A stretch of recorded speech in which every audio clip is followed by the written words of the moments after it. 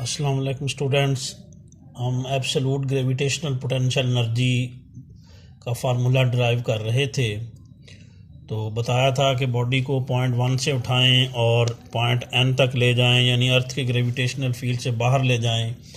तो अर्थ के gravitational field से बाहर ले जाने के लिए जो वर्क करना पड़ेगा उसे एब्सोल्यूट ग्रेविटेशनल पोटेंशियल एनर्जी कहेंगे।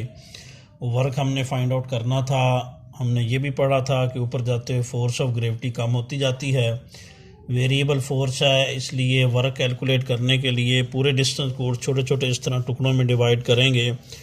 हर टुकड़े का अलग अलग वर्क फाइंड आउट करेंगे, फिर उन सब को आपस में ऐड करके टोटल वर्क निकलेगा।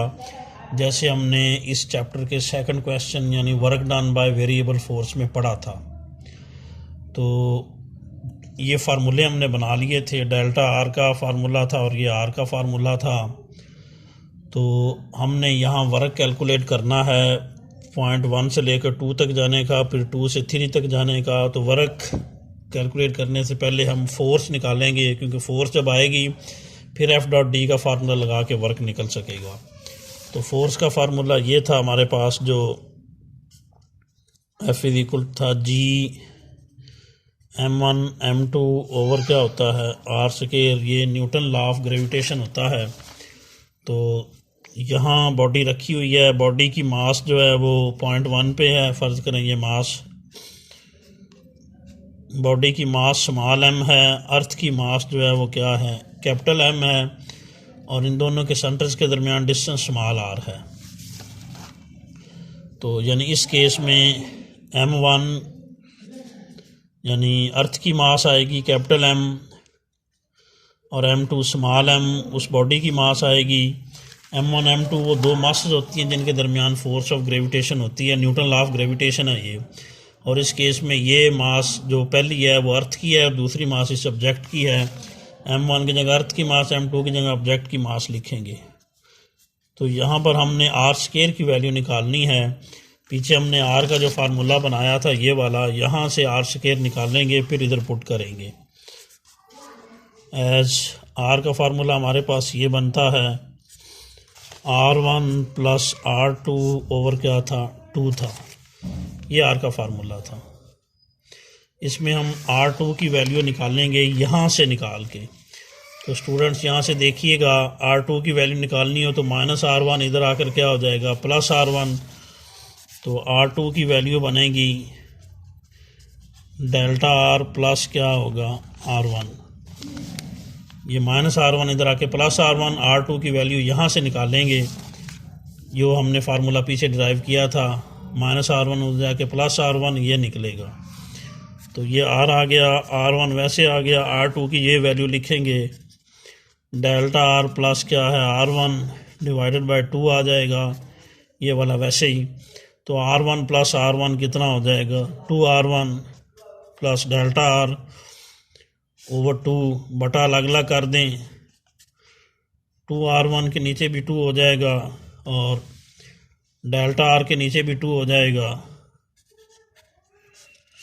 2 कट जाएगा, R की वैल्यू निकलेगी R1 plus delta R over 2। ये R की वैल्यू निकली है। हमने यहाँ पुट करने के लिए R स्क्वायर की वैल्यू निकालनी है, तो इसका स्क्वायर ले लेंगे दोनों साइडों का। दोनों साइडों का स्क्वायर ले लेंगे। ये देखिए R का फार्मूला हमने बना लिया R1 plus delta R over 2। तो दोनों साइडों का स्क्वायर ले लिया इस तरह, पीछे लिख लें टेकिंग स्क्वायर। इसकी दोनों साइडों का स्क्वायर ले लेंगे तो ये हमारे पास बन जाएगा। इसमें ये आ जाएगा R स्क्वायर, ए प्लस बी के स्क्वायर का फार्मूला लगेगा ए स्क्वायर प्लस क्या आएगा बी स्क्वायर प्लस क्या आएगा 2 multiplied by A multiplied by क्या आएगा बी। तो 2 से कट जाएगा, ये हो जाएगा delta R square over 4 plus R1 into delta R। इसको इक्वेशन नंबर 2 कह लें। ये देखें फिगर में जो R1 है ये एक लार्ज डिस्टेंस है, ये वाला डेल्टा R छोटा सा फासला है। इन छोटे छोटे टुकड़ों में हमने डिवाइड किया था। वो टुकड़े इतने छोटे थे कि इनके दौरान फोर्स तकरीबन कांस्टेंट थी। तो delta R is small length, तो एज डेल्टा आर जो है ये R1 के मुकाबले में बहुत छोटा है, इसका स्केयर भी R1 के मुकाबले में क्या होगा, बहुत छोटा होगा, क्योंकि छोटी क्वांटिटीज़ का स्केयर मज़ीद छोटा होता है। जैसे ये देख लें 1/10 है, 1/10 का स्केयर 1 क्या होता है, 100 होता है, जो इससे भी छोटा निकलता है। ये 1 का 10वां हिस्सा है, ये 1 का 100वां हिस्सा है। तो डेल्टा आर स्केयर एक स्मॉल क्वांटिटी होगी, इतनी स्मॉल क्वांटिटी होगी कि अप्रॉक्सीमेटली ज़ीरो होगी, इसे हम नेगलेक्ट कर देंगे। यानी वैसे ये ज़ीरो नहीं है, लेकिन R1 के मुकाबले में इसकी हैसियत ना होने के बराबर है। जैसे फ़र्ज़ करें कहीं पे लिखा हुआ हो 10 लाख प्लस 1, तो 1 को ऐड करने का इसको ख़ास फ़र्क नहीं पड़ेगा इसकी कैलकुलेशन में। इस तरह ये एक स्मॉल फैक्टर है, इसको इसमें ऐड या सब्ट्रैक्ट करने का कोई ख़ास फ़र्क नहीं पड़ेगा। डेल्टा आर स्केयर एक स्मॉल क्वांटिटी है, इसलिए हम इसे नेगलेक्ट कर देंगे। वो लिख लें चाहे एज डेल्टा आर स्केयर और 4 इज़ वेरी स्मॉल क्वांटिटी, ये अप्रॉक्सीमेटली ज़ीरो होगी, इसलिए हम इसे नेगलेक्ट कर देंगे।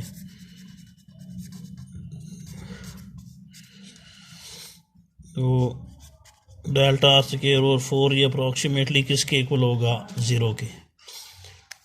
इसकी जगह ज़ीरो लिखेंगे या इसे नेगलेक्ट कर देंगे, यानी इग्नोर कर देंगे, लिखने की ज़रूरत नहीं है।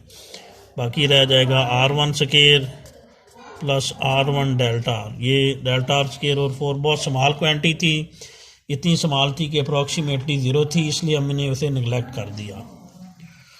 यहाँ डेल्टा आर की वैल्यू पुट करेंगे, ये यानी ये अप्रॉक्सीमेटली फैक्टर ज़ीरो हो गया, बाकी ये रह गया। तो यहाँ डेल्टा आर की वैल्यू पुट करेंगे, तो डेल्टा आर की वैल्यू हमारे पास ये थी, ये देखिए इधर R2 माइनस R1, ये इधर पुट की जाएगी।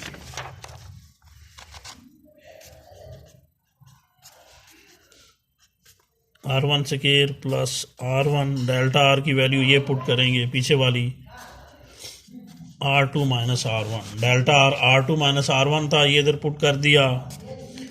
R स्केयर निकलेगा R1 स्केयर, R1 को अंदर मल्टीप्लाई कर दें, R1 R2, R1 into R1 square हो गया, ये प्लस माइनस कट गया, तो हमारे पास R स्केयर की ये वैल्यू बनेगी R1 इंटू R2।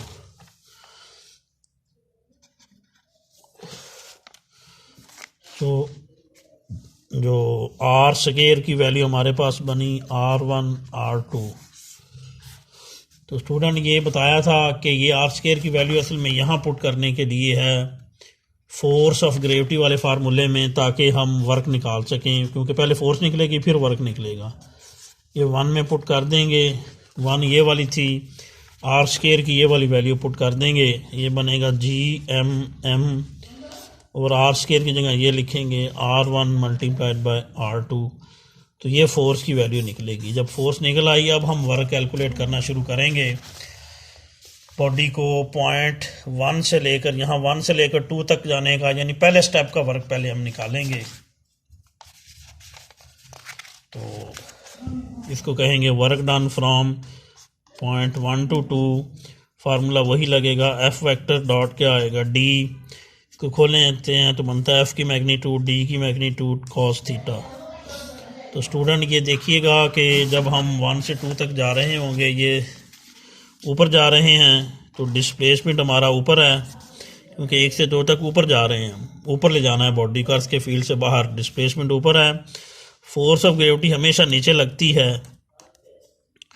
इनके दरमियान में एंगल कितने का होगा, 180 डिग्री का। फोर्स ऑफ ग्रेविटी की डायरेक्शन डाउनवर्ड है, 1 से 2 तक जाते हुए हमारा डिस्प्लेसमेंट अपवर्ड है, इनके दरमियान में एंगल 180 डिग्री का होगा। तो इस इक्वेशन में हम फिर वैल्यूज जब पुट करेंगे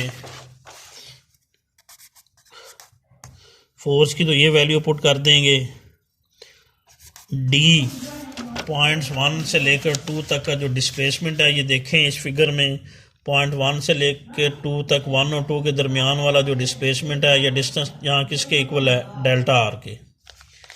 तो D की जगह डेल्टा आर लिखेंगे, अभी बताया है था कि जो एंगल है बिटवीन एफ एंड डी वो 180 डिग्री का है। थीटा की वैल्यू 180 डिग्री लिखेंगे इस इक्वेशन में। W1 to 2 ये बनेगा, जो एफ की जगह हम लिखेंगे G/MM/R1 R2। डी कितना है, डेल्टा आर। थीटा कितना है 180 डिग्री का, cos 180 की वैल्यू -1 होगी, शुरू में माइनस आ जाएगा।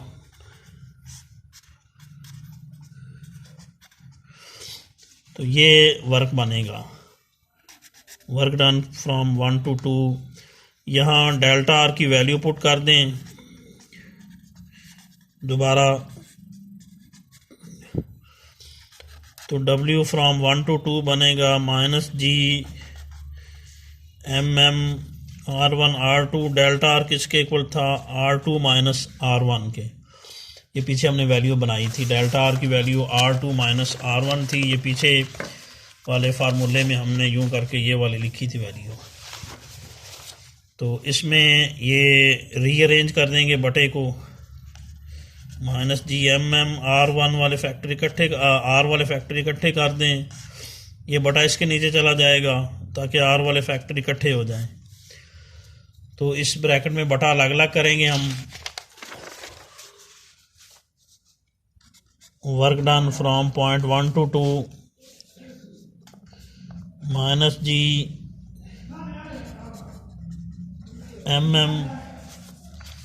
ये बटा हम अलग अलग करेंगे। ये वाला जो है R1 R2 इसके नीचे भी आएगा, इसके नीचे भी आएगा, क्योंकि दोनों का बटा है। R2 के नीचे भी आएगा, R1 के नीचे भी आएगा। R2 के नीचे भी R1 R2 आएगा, बटा अलग अलग किया जब, और दूसरे के नीचे भी R1 R2 आएगा। R2 R2 से कट गया 1 हो गया, R1 R1 से कट गया 1 हो गया। ये आएगा 1 और R1 माइनस क्या आएगा 1 और R2। ये वर्क डन फ्रॉम 1 to 2 का फार्मूला बनेगा। -G/MM × 1 और R1 -1 और R2।